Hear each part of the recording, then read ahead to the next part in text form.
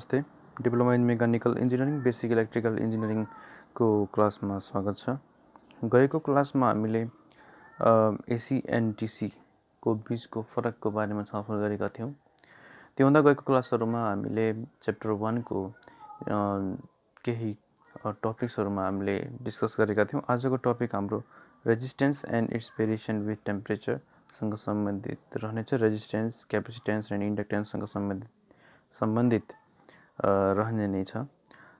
रेजिस्टेन्सको बारेमा आज हामी कुरा गरौँ। रेजिस्टेन्स, क्यापेसिटेन्स र इन्डक्टेन्स तिनटैको आज हामी सक्ने प्रयास गर्ने नै छौँ। Resistance and its variation with टेम्परेचरको हेर्दाखेरि it may be defined as the property of a substance due to which it opposes the flow of electricity through it. अब यो यस्तो समग्रमा बुझ्दाखेरि रेजिस्टेन्सलाई नेपालीमा अवरोधक भनिन्छ, जसले करेन्टलाई अवरोध गर्छ, करेन्टलाई रेजिस्ट गर्छ, करेन्टलाई फ्लो हुनबाट उसले रोक्छ। कम्प्लिटली त रोक्न सक्दैन, तर यो एउटा के हो भन्दाखेरि रेजिस्टेन्स एउटा लोड हो, इलेक्ट्रिकल लोड, जसले इलेक्ट्रिक करेन्टलाई युज गर्छ, रोकेर युज गर्छ। यसले कसरी युज गर्छ?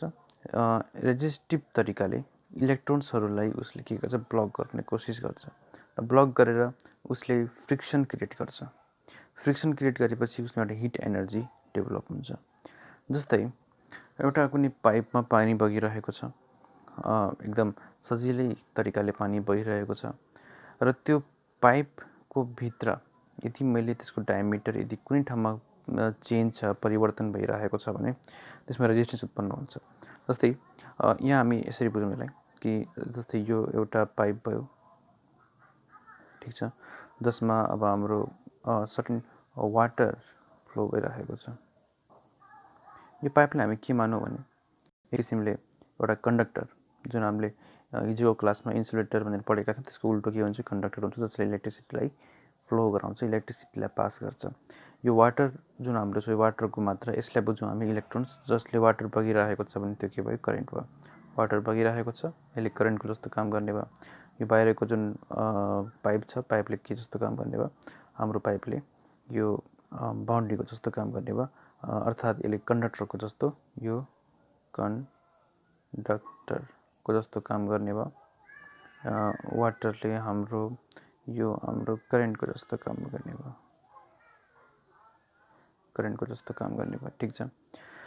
अब एकचोटिलाई के मानिदिउँ भने के भएछ कि यदि यो पाइपको डायमिटर खुम्चियो भने, पाइपको डायमिटर यदि खुम्चियो भने यो ठाउँमा, यो रिजनमा, जुन ग्रिन कलरमा देखाएको छु, यो रिजनमा यो पानीले बढी रेजिस्टेन्स, धेरै रेजिस्टेन्स फिल गर्छ।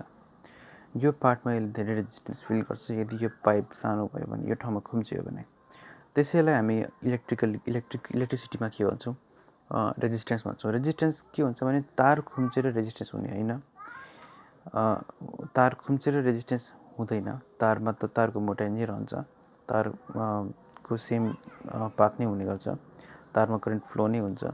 तारमा यदि तारलाई मैले खुम्चाइदिएँ, तारलाई मैले बङ्गाइदिएँ भने त्यसमा कुनै रेजिस्टेन्स हुँदैन।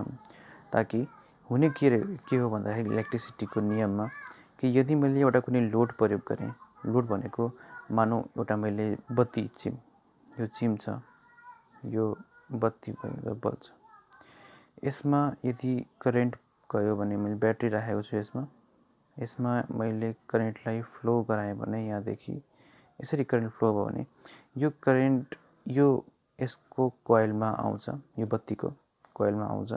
यो कोइलमा के हुन्छ भने यो तारको डायमिटर भन्दा यसको डायमिटर, कोइलको डायमिटर के हुन्छ? सानो हुन्छ। यसको डायमिटर सानो हुन्छ, यसको डायमिटर ठुलो हुन्छ। यो ठुलो भयो, यो सानो भयो। तारको डायमिटर सानो भयो, जसले गर्दाखेरि इलेक्ट्रोन्सहरू बढी स्ट्राइक हुन्छ। यसमा धेरै स्ट्राइक भइसकेपछि इलेक्ट्रोन्स बढी स्ट्राइक भयो भनेपछि यसमा बढी रेजिस्टेन्स उत्पन्न हुने भयो। धेरै रेजिस्टेन्स उत्पन्न भएपछि हिट पनि बढी उत्पन्न हुन्छ। यहाँ त करेन्ट, यहाँ पनि त्यही करेन्ट हो, यता पनि बग्ने त्यही करेन्ट हो भन्दाखेरि भनेपछि करेन्ट त एउटै हो, तर यहाँ इलेक्ट्रोन्सहरूको जुन क्लाउड छ त्यो जम्मा हुने जुन प्रोपर्टी छ त्यसलाई हामी के भन्छौँ रेजिस्टेन्स भन्छौँ। जस्तो रेजिस्टेन्सले के गर्छ इलेक्ट्रोन्सहरूलाई सजिलो तरिकाले बगाउने अथवा अप्ठ्यारो तरिकाले बगाउने गर्छ। सजिलो तरिकाले बगाउँछ भने त्यो कन्डक्टेन्स भयो, यदि धेरै सजिलो तरिकाले बगाइदिन्छ भने त्यो कन्डक्टेन्स भयो, अप्ठ्यारो तरिकाले बगाउँछ भने त्यो रेजिस्टेन्स भयो। यदि रेजिस्टेन्सको मात्रा बढ्दै बढ्दै बढ्दै बढ्दै धेरै हाई भयो भने त्यो के भयो त इन्सुलेटर भयो, जुन हामीले हिजो हेरेका थियौँ। इन्सुलेटरको रेजिस्टेन्स यति हाई हुन्छ कि उसले करेन्टलाई फ्लो गराउन सक्दैन, करेन्टलाई ब्लक नै गर्छ, करेन्टलाई कम्प्लिटली रोकिदिन्छ। त्यसैले त्यो के हुन्छ इन्सुलेटर भन्ने गरिन्छ। रेजिस्टेन्समा के हुन्छ भने रेजिस्टेन्स ठिक्क हुन्छ, रेजिस्टेन्स कम्प्लिटली इन्सुलेटर पनि हुँदैन, कम्प्लिटली कन्डक्टर जस्तो पनि हुँदैन, यो बिचको भागको प्रोपोर्सन हुने गर्छ। रेजिस्टेन्स र कन्डक्टरको अझै बिचको भागलाई हामी के भन्छौँ सेमी कन्डक्टर भन्छौँ। कन्डक्टर र इन्सुलेटरको बिचको भागको जुन हाम्रो छ सेमी कन्डक्टर हुन्छ, कुनै रेजिस्टेन्स हुन्छ, रेजिस्टर हुन्छ, कुनै इन्डक्टर पनि हुन्छ, कुनै क्यापेसिटर पनि हुन्छ। भनेपछि यी सबै कुराहरू मिलाएर भन्ने हो भने त्यो इम्पिडेन्स हुने गर्छ।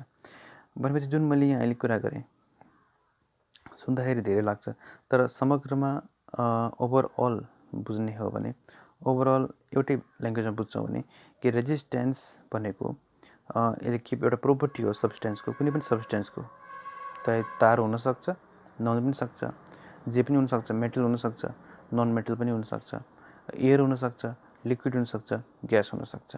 कुनै पनि सब्सटेन्सको के हो एउटा प्रोपर्टी हो, इलेक्ट्रिकल प्रोपर्टी हो, विद्युतीय एउटा खुबी हो, जसमा विच अपोज गर्छ, जसले के अपोज गर्छ इलेक्ट्रिसिटीको फ्लोलाई यसले के गर्छ अपोज गर्छ अथवा यसले रोक्ने कोसिस गर्छ। इलेक्ट्रिसिटीको फ्लो भनेको इलेक्ट्रोन्सकै फ्लोलाई उसले के गर्ने गर्छ अपोज गर्छ, रोक्न खोज्ने गर्छ। अब त्यसपछिको यो प्याराग्राफ पढौँ। मेटल्स हाम्रो मेटल्स भनेको जुन मेटलले बनेको हुन्छ, धातुहरूले बनेको हुन्छ। मेटल्स जस्तै अब मेटल्स सच अ क्लासका मेटल्सहरू एसिड तेजाबहरू, अनि साल्ट, यो एसिड भनेको अम्ल भयो, अनि साल्ट भनेको अब नुनिलो सब्सटेन्सहरू। जस्तै अब साल्ट भनेको खासमा नुन मात्रै होइन कि, जस्तै म्याग्नेसियम सल्फेट हुनसक्छ, कपर सल्फेट पनि के हुन्छ साल्टभित्रै पर्ने गर्छ, कपर क्लोराइड यिनीहरू पनि हाम्रो साल्टभित्रै पर्न सक्छ। अब सोडियम क्लोराइड भनेको त साल्ट भइहाल्यो। एसिड र बेस मिलेर बनेको कम्पाउन्डलाई के भन्नु पऱ्यो साल्ट भनेर बुझ्नु पऱ्यो। Salt solutions are good conductors of electricity. इलेक्ट्रिसिटीका गुड कन्डक्टर्सहरू हुन्छ, जसबाट इलेक्ट्रिसिटी सजिलै सहजै पास हुन्छ। एमङ्स्ट प्योर मेटल्स, अब प्योर मेटल्सहरूको केसमा जस्तै सिल्भर, कपर, अल्मुनियम यिनीहरू के हुन् भेरी गुड कन्डक्टर्स हुन्। यिनीहरू भेरी गुड, एउटा माथिको चाहिँ गुड, तलको के चाहिँ very good in the given order. भन्न खोजेको कस्तो भन्दाखेरि अब माथिको जुन मैले मेटल्स भने मेटल्सहरूभित्र जस्तै कपर भनौँ, कपरभन्दा गोल्डमा इलेक्ट्रिसिटी बढी पास हुन्छ। भनेपछि गोल्ड के भयो भेरी गुड कन्डक्टर भयो, कपर के भयो गुड कन्डक्टर भयो। भनेपछि त्यसपछिको हाम्रो जुन ऱ्याङ्किङ हुन्छ त्यो ऱ्याङ्किङ अनुसार नै हामीले यिनीहरूको क्याटेगोराइज गर्न सक्छौँ। This as discussed earlier is due to the presence of large number of free or loosely attached electrons. यो के कारणले हुन्छ त, यो हाम्रो फ्री इलेक्ट्रोन्सको कारणले हुने गर्छ। Free or loosely attached electrons in their atoms. उनीहरूको एटमहरूमा लुजली बााउन्डेड इलेक्ट्रोन्सहरू छ भने, फ्री इलेक्ट्रोन्सहरू एकदम लुज तरिकाले बााउन्डेड छ भने मात्रै यो सम्भव छ। यसलाई हामी पहिला पनि मैले यसमा चित्रबाट देखाइसकेँ। जस्तै यो बिचको न्युक्लियस हो, यो बाहिरको फ्री इलेक्ट्रोन हो। यदि त्यो मेटल एकदम हाइली कन्डक्टिभ छ भने के हुन्छ, यो एटम र यो बाहिरको जुन आउटर मोस्ट अर्बिट छ, यो अर्बिटको बिचको जुन यसले तान्ने फोर्स हुन्छ, यो फोर्स धेरै कम हुन्छ।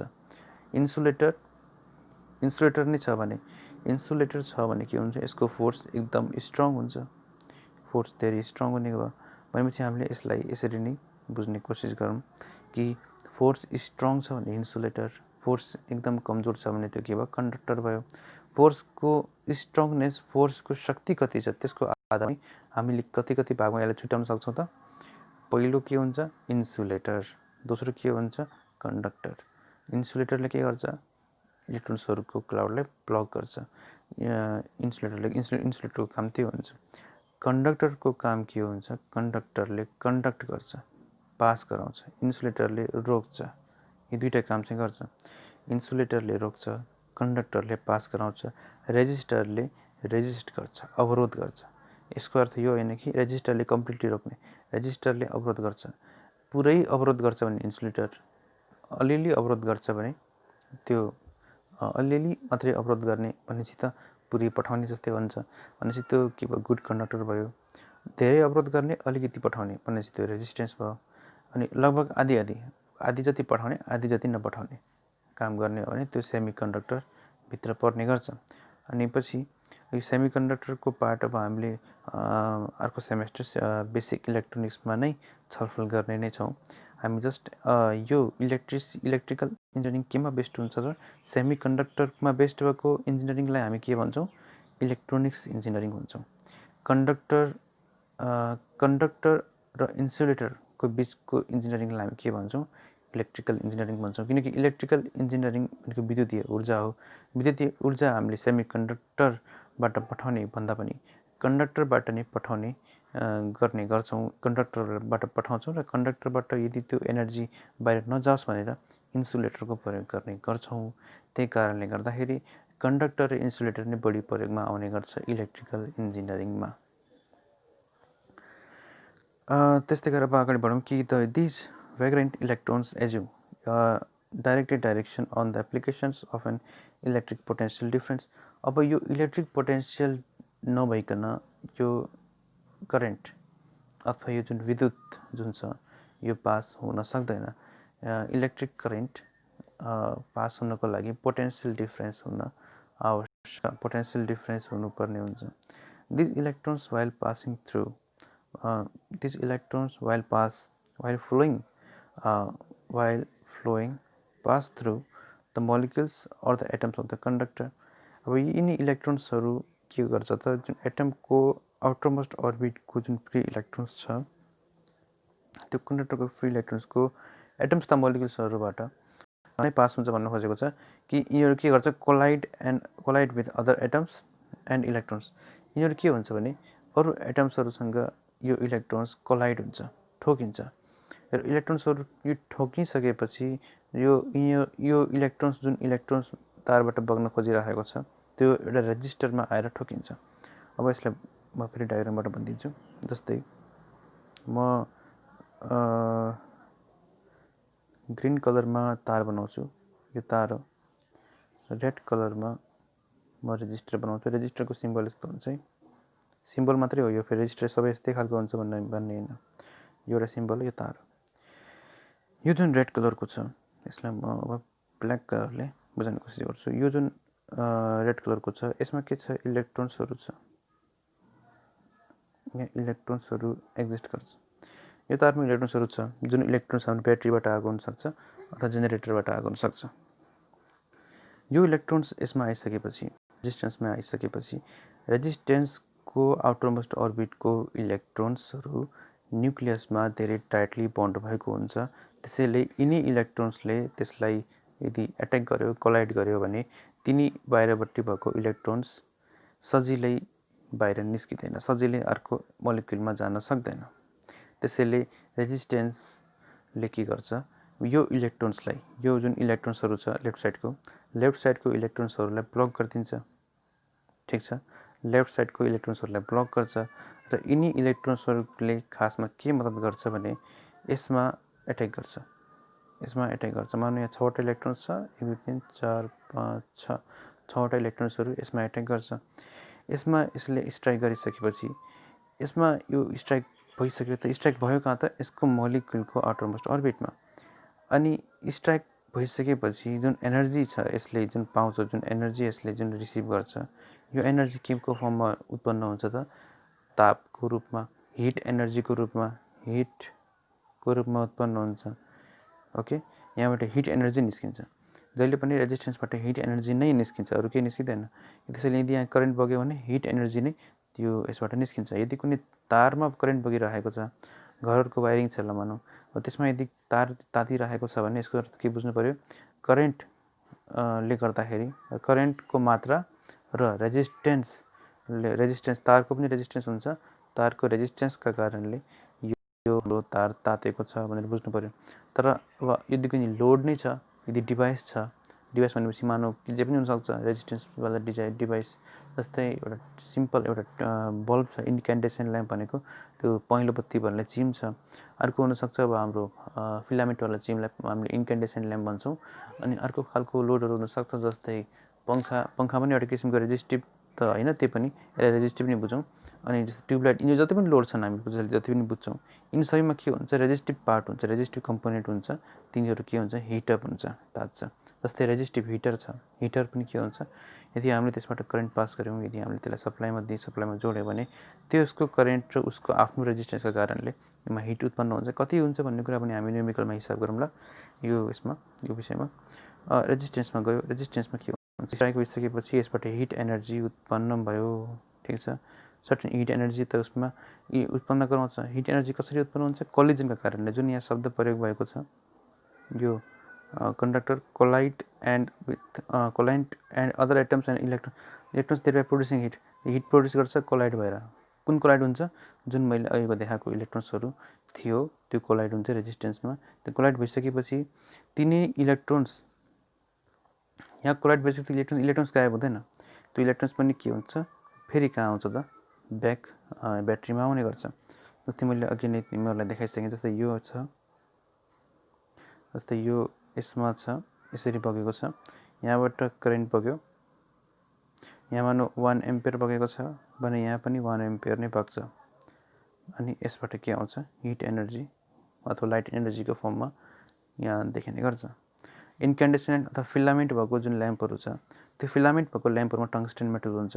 टङ्स्टेन मेटल के हुन्छ भने उसको रेजिस्टेन्स हाई हुन्छ, त्यसैले करेन्ट बगेपछि त्यो के हुन्छ, चाँडै तात्छ। उसको प्रोपर्टी नै त्यही हुन्छ, कपर जस्तो हुँदैन त्यो। उसको क्रस सेक्सन एरिया पनि सानो हुन्छ, र क्रस सेक्सन एरिया पनि सानो छ, जसले गर्दाखेरि उसलाई स्ट्राइक भइसकेपछि रेजिस्टेन्स पनि एकदम अत्याधिक बढी भयो। बढी भइसकेपछि उसबाट हिट एनर्जी भयो। हिट एनर्जी के को फर्ममा भयो त, अब लाइट एनर्जीको फर्ममा देखियो। ओके, अब यो लाइट एनर्जी जुन छ, हिट एनर्जी अथवा लाइट एनर्जी जुन फर्ममा यो छ, यो फर्ममा रहेको जुन एनर्जी छ, यो एनर्जी कसको एनर्जी हो त, यो रेजिस्टेन्स आफ्नैको एनर्जी हुन्छ। यो बाहिरबाट आएको इलेक्ट्रोन्सहरूले गर्दा यसलाई कोलाइड गर्छ, यसलाई ठोक्छ। ठोक्ने काम मात्रै यसले गर्छ। 1 एम्पियरको इलेक्ट्रिसिटीले यसलाई कोलाइड गर्छ। कोलाइड मात्रै गरेर यसले के गर्छ, आफ्नै बााउन्डेड भएको जुन इलेक्ट्रोन्सहरू छ तिनीहरूलाई के गर्छ, निकालिदिन्छ। निकालिसकेपछि हिट एनर्जीको फर्ममा यो देखिन्छ। त्यो उसले बाहिरको जुन इलेक्ट्रोन्सहरूको फर्ममा जुन देखिन्छ, जबसम्म यसको लाइफ छ, जबसम्म यसको क्षमता, तबसम्म यसले के गर्छ, आफ्नो एनर्जी दिइराखेको हुन्छ। अब त्यस्तै गरेर अब युनिट अफ रेजिस्टेन्स, अब नाप्नु त पर्यो यसलाई। The practical unit of resistance is ohms. ओममा नाप्ने गरिन्छ। A conductor is said to have a resistance of 1 ohm if it permits 1 ampere current to flow through it when 1 volt is impressed across its terminals। यसको resistance 1 ohm हुन्छ। अब हामीले यसमा ohms लको बारेमा छलफल गरेका छैनौँ, त्यही पनि हामी यसमा के बुझौँ भने यदि कुनै पनि रेजिस्टेन्सको भ्यालु 1 ओम तब भन्नु पर्यो जब उसले 1 एम्पियर करेन्ट तान्छ। कस्तो अवस्थामा, जब मैले यसलाई 1 भोल्टको ब्याट्रीमा जोड्छु। 1 भोल्टको ब्याट्रीमा जोडेँ र यसले 1 एम्पियर तान्यो भने यसको रेजिस्टेन्स कति मान्नु पर्यो त, 1 ओम मान्नु पर्यो। त्यसले यदि भोल्ट पनि 1 हुनु पर्यो, करेन्ट पनि 1 हुनु पर्यो, ओम पनि 1 हुनु पर्यो। भनेपछि यसको सूत्र के हुन्छ भनेपछि V = I × R हुने गर्छ। यो ओम्स ल हो। यो ओम्स लको बारेमा हामी फेरि दोबारा रिपिटेडली हामी छलफल गर्नेछौँ अर्को च्याप्टरमा। च्याप्टर 1मा जस्ट अब हामीले रेजिस्टेन्स पढ्नुभन्दा पहिला त ओम्स ल पढ्नुपर्ने हो खासमा, त्यही पनि सर्ट एउटा कन्सेप्ट मात्रै बसाउन खोजेको हो। ठिक छ। अब for insulators whose resistance are very high, इन्सुलेटरको रेजिस्टेन्सहरू के हुन्छ, एकदम अत्याधिक बढी हुन्छ। मैले अघि नै भनिसकेको छु। A bigger unit is used, त्यसरी mega ohms 10⁶ ohms, kilo ohms 10⁻³ ohms, milli ohms 10⁻³ ohms, अथवा माइक्रो ओम्स भनेको 10⁻⁶ ओम्स पनि प्रयोगमा आउन सक्छ। यसको सिम्बल कस्तो हुन्छ, सिम्बल म यहाँ बनाइदिन्छु। सिम्बल कस्तो हुन्छ, यस्तो सिम्बल यस्तो खालको हुन्छ हेडफोन टाइपको सिम्बल हुन्छ। ठिक छ। अब लज अफ रेजिस्टेन्समा जाउँ। रेजिस्टेन्सको ल अथवा नियम के हुन्छ भन्दाखेरि it varies directly as its लेन्थको आधारमा यसको भ्यालु फरक पर्छ। जस्तै यदि मानिदिउँ रेजिस्टेन्स यदि आर छ, मैले आर लेख्छु, R is proportional to L, फिजिक्समा पढे जस्तै R is proportional to L. Similarly अब यो अब आरको छ हाम्रो आर प्रोपोर्सनल टु, अब inversely proportional to cross section area of the conductor. Inversely प्रोपोर्सनललाई हामी के गर्छौँ 1/a लेख्छौँ, किनकि रेसिप्रोकलको यस्तो प्रोपर्टी हुन्छ, जुन प्रोपर्टी रेसिप्रोकलमा यस्तो खालको प्रोपर्टी हुन्छ, खुबी हुन्छ। यदि कुनै पनि नम्बर यदि हामीले कन्स्टेन्टलाई XYZ लाई यदि मैले रेसिप्रोकलमा राखेँ भने त्यसको भ्यालु बढ्दाखेरि पुरै भ्यालु के हुन्छ घट्छ। त्यसैले इन्भर्सली भन्न पाइयो। अनि it depends on the nature of मेटेरियलको नेचरमा भर पर्छ। मतलब कपरको लागि फरक, अनि पछि एल्युमिनियमको लागि फरक, कार्बनको लागि फरक, आइरनको लागि फरक भ्यालु अथवा रेजिस्टेन्स हुने गर्छ। अब यो 3टा पोइन्ट। त्यसपछि के छ, it also depends on temperature of the conductor. कन्डक्टरको टेम्परेचरमा पनि यो डिपेन्ड गर्छ। जस्तै तापक्रम, टेम्परेचर भनेको तापक्रममा डिपेन्ड गर्छ। 4वटा कुरा यसमा आयो भने 4वटा कुरालाई मैले यसमा समग्रमा रेजिस्टेन्स भनेको लेन्थमा, एरियामा र उसको नेचरमा डिपेन्ड गर्छ। यसको अर्थ के भयो, R is proportional to L, अनि के छ reciprocal inversely proportional to A, R is proportional to L A. अब प्रोपोर्सनल साइनलाई हटाउनु पऱ्यो, किनकि त्यो त इक्वल टुमा आउँछ। इक्वल टु कन्स्टेन्ट के हुन्छ, यस्तो नेपाली 9 जस्तो रो, यसलाई रो भनिन्छ, रो एल/ए। यसलाई के भनिन्छ, योमा हरियोमा देखाइन्छु, यसलाई के भनिन्छ, नेपालीको रो भनिन्छ, नेपालीमा रो भनेपछि रो भनिन्छ, रो इन्टु रो हो, यो रो भयो।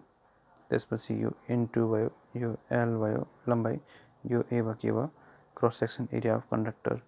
कन्डक्टर कुनै गोलो हुन्छ भने सर्कलको फर्ममा हुन्छ, यसको क्रस सेक्सन एरिया निकाल्नु पऱ्यो।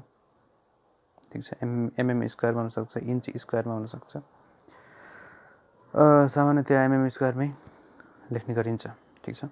एमएम स्क्वायरमा हामीले लेख्नु पऱ्यो, त्यसलाई पछि मिटर स्क्वायरमा कन्भर्ट गर्नु पऱ्यो। एरिया खास गरी मिटर स्क्वायरमा लेख्नु पऱ्यो कन्भर्ट गरेर, एललाई मिटरमा लेख्नु पऱ्यो। ओम, यो रो भनेको के हो त, यसलाई भनिन्छ हामी रेजिस्टिभिटी। ठिक छ। अब यो एउटा पेजको अब हामीले अहिले सकायौँ।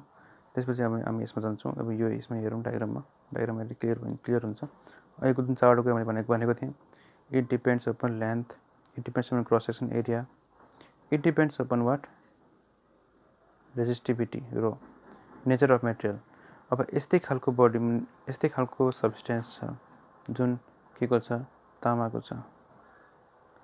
यस्तै खालको छ जुन अब हाम्रो फलामको छ। तामा र फलाम फरक छ। अब मानव काठकै छ एउटा, यही साइजको छ, सेम साइज। अब कुरा के भयो भने यसमा काठको यही साइजको अब्जेक्टको रेजिस्टेन्स र तामाको रेजिस्टेन्स सेम हुँदैन कहिले पनि। दुईटाको फरक हुन्छ। लम्बाइ एल पनि एउटै छ, ए पनि एउटै छ, तर फरक के छ, रेजिस्टिभिटी, रो फरक छ। रोलले धेरै फरक पर्छ। फलामको पनि फरक हुन्छ। काठमा त इलेक्ट्रिसिटी पास हुँदैन, काठ त के हो, इन्सुलेटर हो। अनि तामामा त मजाले पास हुने भयो। यही साइजको, जस्तै मानौँ 1 मिटर लामो एल छ, 1 मिटर स्क्वायरको क्रस सेक्सन एरिया छ, यही बराबरको काठ छ भने पास त हुँदैन। यही बराबरको तामा छ भने मजाले पास हुन्छ।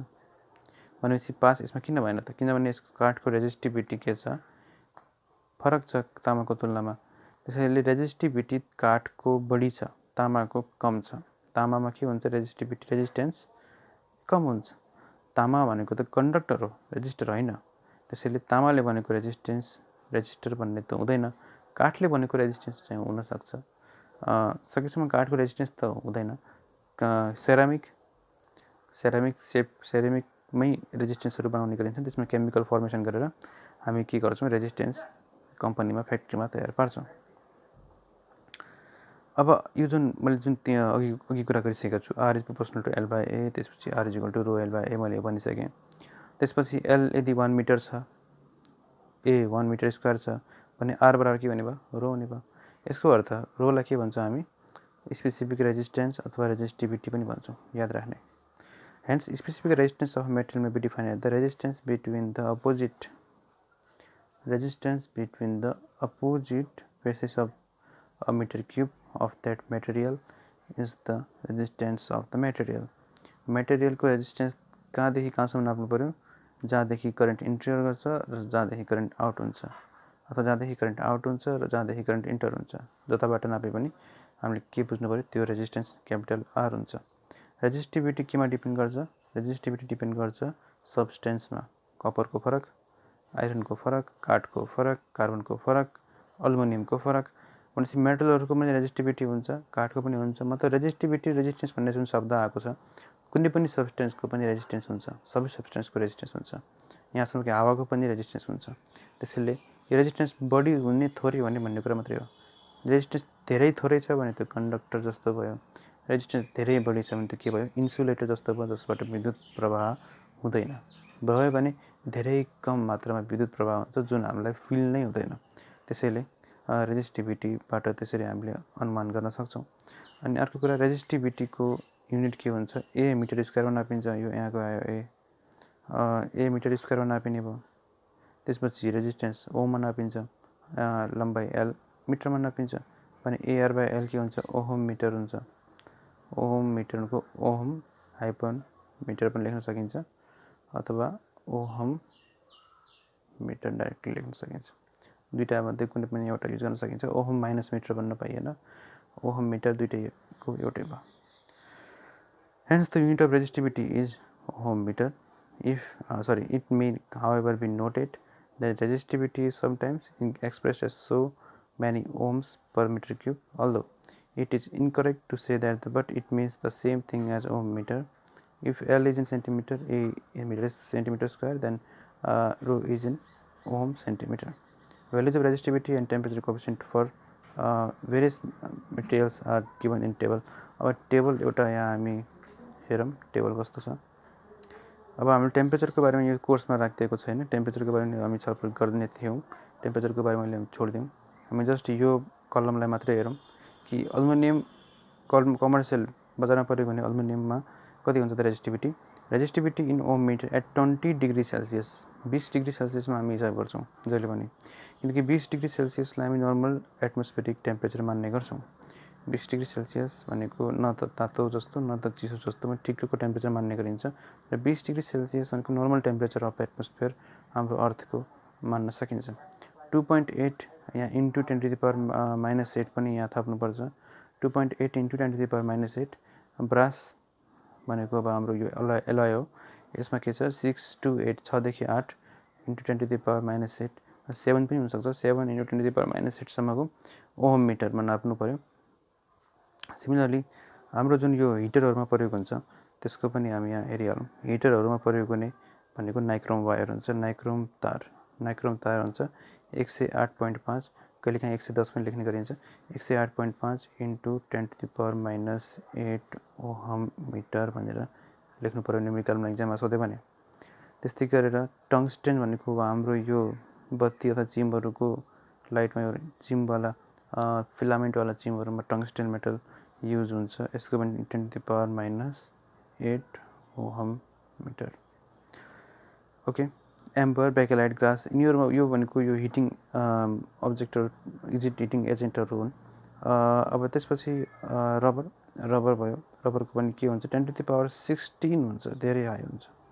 यसमा होइन एम्बरको के हुन्छ 10⁻34 नै हो सायद, 10⁻14 ओहम मिटर, 10⁻14 ओहम मिटर। यहाँ लाइन तानेको छ, त्यसरी हामी के बुझ्नु पर्यो, 10⁻14 इन्टु 10⁻⁻8 राखेर हिसाब गरेर गर्नु पर्यो। Sulphur, rubber, mica, glass. Mica पनि के हो त हाम्रो धेरै जसो माइका पनि रेजिस्टेन्सको रूपमा युज गर्न सकिन्छ। इन्टु 10⁻⁻8 हामीलाई मेगा ओहम्समा एकदम एक्सेसिभ किलो ओहम्समा, किलो भनेको 10⁻3, मेगा भनेको 10⁻6हरूमा चाहिएको छ भने त्यो अवस्थामा हामीले माइका, ग्लासको, रबरको हामी रेजिस्टेन्स प्रयोग गर्न सक्छौँ। त्यस्तो अवस्थामा के हुन्छ भने कम भोल्टेज लो भोल्टेजमा तिनीहरू काम गर्दैन कि हाई भोल्टेजमा मात्रै काम गर्छ। त्यसैले हाई भोल्टेज त्यसको लागि आवश्यकता पर्छ। कन्डक्टेन्स एन्ड कन्डक्टिभिटी। अब रेजिस्टेन्सको उल्टो हो कन्डक्टेन्स। अब आज चाहिँ हामी कन्डक्टेन्स गरौँ, त्यसपछि यो क्लास डिसमिस गरौँ ल। कन्डक्टेन्स एन्ड कन्डक्टिभिटीमा कन्डक्टेन्सको सिम्बल हुन्छ G. G is the reciprocal of resistance. Resistance मैले अघि भनिसकेँ। द रेजिस्टेन्स भनेको resisting property of a material of a substance. यो रेजिस्ट के गर्छ त electricity flow of electricity or flow of इलेक्ट्रोन्सलाई उसले के गर्छ रेजिस्ट गर्छ अथवा के ब्लक गर्छ, त्यो resistance. The reverse or reciprocal of conductance is called resistance is called conductance. Whereas resistance of a conductor measures the opposition which it offers the flow of current. अब यो definition पनि यसमा सँगसँगै आइसक्यो रेजिस्टेन्सको। The conductance measures the inducement which it offers to its flow. Inducement भनेको भित्र प्रवेश गर्ने खालको। कन्डक्टेन्सले के मेजर गर्छ कि इलेक्ट्रोन भित्र प्रवेश गर्ने क्षमता, त्यो अब्जेक्टमा त्यो सब्सटेन्समा इलेक्ट्रोन्सको पासेज कसरी हुन्छ। त्यो रेसिप्रोकल अफ कन्डक्टेन्स रेसिप्रोकल अफ रेजिस्टेन्सलाई नै कन्डक्टेन्स भनेर हामी नाप्न सक्छौँ। त्यो सबभन्दा सजिलो तरिका भयो। त्यसले जी इज इक्वल टु 1/r। यति भइसकेपछि हामीले आरको जे जति हिसाब गर्छौँ त्यो सबै हिसाब जीमा आउने गर्छ। र अर्को कुरा के छ भने जीमा जुन यो रो छ 1/ρ, जीमा जुन यो 1/ρ भन्छ, यो 1/ρ जीमा हामी के लेख्छौँ सिग्मा लेख्छौँ। यस्तो यो सिग्मा स्ट्याटिस्टिक्सको सिग्मा जस्तो छ, यो त्यही लेख्छौँ। सिग्मा भनेको के भने भयो जी भनेको 1/ओहम जस्तो हुने भयो। यसलाई हामी सर्टकटमा के लेख्छौँ इन्भर्स उल्टो लेख्छौँ। ओहम भनेको यस्तो हुन्छ भने यस्तो लेख्छौँ, यो OHM यो MHO भनेपछि कन्डक्टेन्सको युनिट के हुन्छ मोहो हुन्छ MHO भने रेजिस्टेन्सको ओहम हुन्छ, यो R को यो G को ओके मोहो हुने भयो। अब यो रेजिस्टिभिटीको के हुन्छ रेजिस्टिभिटीको मोहो पनि भन्दा हुन्छ। अब यहाँ earlier this unit is also called mho. अब अर्को पनि हामी के भन्न सक्छौँ कन्डक्टेन्सको युनिट साइमन्स भनेको वैज्ञानिकको नामबाट आएको साइमन्स पनि भन्न सकिन्छ।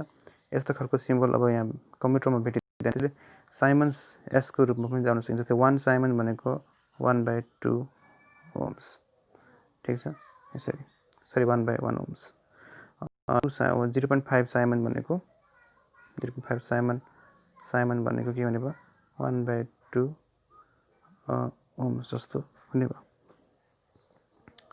रेसिप्रोकल हुने गर्छ। अब त्यस्तै गरेर the unit of conductance is siemens. पहिला यसलाई यसको युनिटलाई के भनिन्थ्यो मोहो भनिन्थ्यो। अब पहिला भनिन्थ्यो भन्दैमा अहिले पनि भन्न नपाउने भन्ने होइन कि अहिले पनि भन्न पाइन्छ। It is seen from the above equation that the conductivity of material is given by sigma is equal to GL/A। L र ए पनि आफ्नो पोजिसन चेन्ज गर्छन्, जसले गर्दाखेरि सिग्माको युनिट के हुन्छ साइमन्स पर मिटर हुने गर्छ। रेजिस्टिभिटीको के हुन्छ ओहम मिटर। सिग्माको के भने भयो siemens divide by meter, siemens per meter भनेपछि द युनिट अफ कन्डक्टिभिटी साइमनको सिग्माको नाम के हो conductivity is siemens per meter. अब जति पनि अब हामीले यो रेजिस्टेन्ससँग सम्बन्धित हेऱ्यौँ, यो नोट म एट्याच गरिदिन्छु फेसबुकमा। यो नोट जुन छ यी 3वटा नोट रेजिस्टेन्स सम्बन्धी, यो फेरि एकचोटि हेर्ने बुझ्ने कोसिस गर्ने कि रेजिस्टेन्स खासमा के हो, इलेक्ट्रिसिटीमा रेजिस्टेन्सको महत्त्व कस्तो छ, यसको बारेमा यो यति बुझिसकेपछि हामीले जति पनि टर्म्सहरू रेजिस्टेन्ससँग सम्बन्धित छन् न्युमेरिकल्सहरू छन् त्यो हामी हिसाब गर्न सक्छौँ। ओके हवस् त, थ्याङ्क यू भेरी मच।